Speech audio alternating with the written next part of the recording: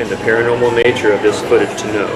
There is nothing comparable whereby it can be said, this transparency is a filming anomaly of some kind.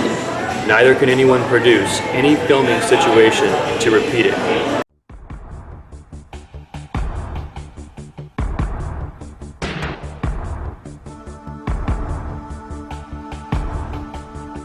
After considering the transparency footage, I realized this must be the source of vampire lore, where they show transparency in mirrors, or as we see with this case, any external image, not the naked human eye.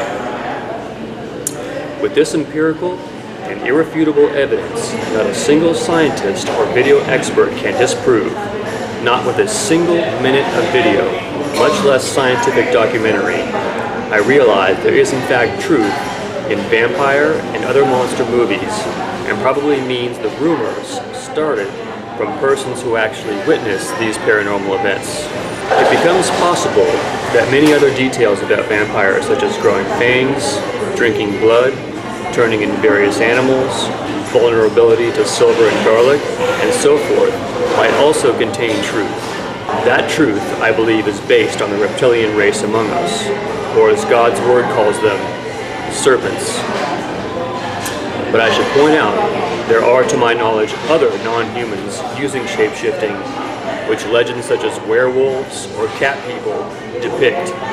What witnesses say are canine and feline type bipedal aliens. The revelation of truth to vampire lore by Barack Obama was the main goal of my movie, The Source of Vampires, which, as I was to discover, is not only the true in terms of vampire lore derived from reptilians, but personally by Barack Obama himself actually being Satan incarnate. I always thought the idea of the Antichrist being the President of the United States to be too obvious and was probably a more covert figure. But then I came across this presentation showing that Jesus himself names the Antichrist by name, and in the actual pronunciation he would have spoken at the time. And this should also point out that it reveals that the Antichrist and Satan is Obama, not his helper. It is actually Satan himself, the person. Chapter 10, verse 18, we read these words of Jesus. And he said unto them, I beheld Satan as lightning fall from heaven. These words are written in Greek and translated to English. However, Jesus probably spoke these words in Aramaic. Aramaic is a part of the Northwest Semitic group of languages, which also includes Hebrew. Two words in this text are of particular interest. The words are lightning and heaven. Jesus said, I saw Satan falling as lightning from heaven. In Greek, the word for lightning is astrape. It has a direct Hebrew equivalent. From Strong's Hebrew Dictionary, words 1299 and 1300 from the Hebrew language, the word for lightning is barak. In the Greek text of Luke chapter 10, the word translated as heaven in Greek is uranos. It can mean the heaven of God, but it also carries with it the connotation of the heights, or a high place, or the domain of Satan himself. Evidence of this is found in the same book of Luke, in chapter 8, verse 5, when Jesus speaks of the gospel being attacked demonically. He uses these words, and the birds of the air devoured it.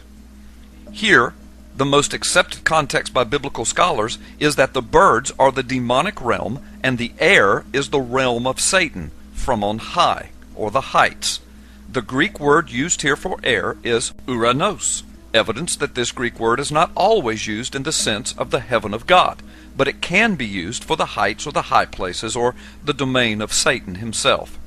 In Luke chapter 10, verse 18, this is the exact context of Jesus' words. I saw Satan falling like lightning from the heights, or the high places, or from Satan's domain on high, or from the heavens or heaven.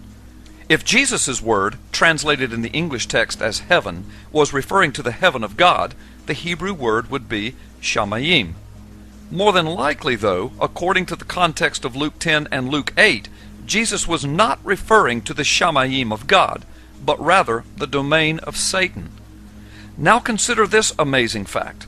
The book of Isaiah is the source of origin for the Christian concept of Satan or Lucifer.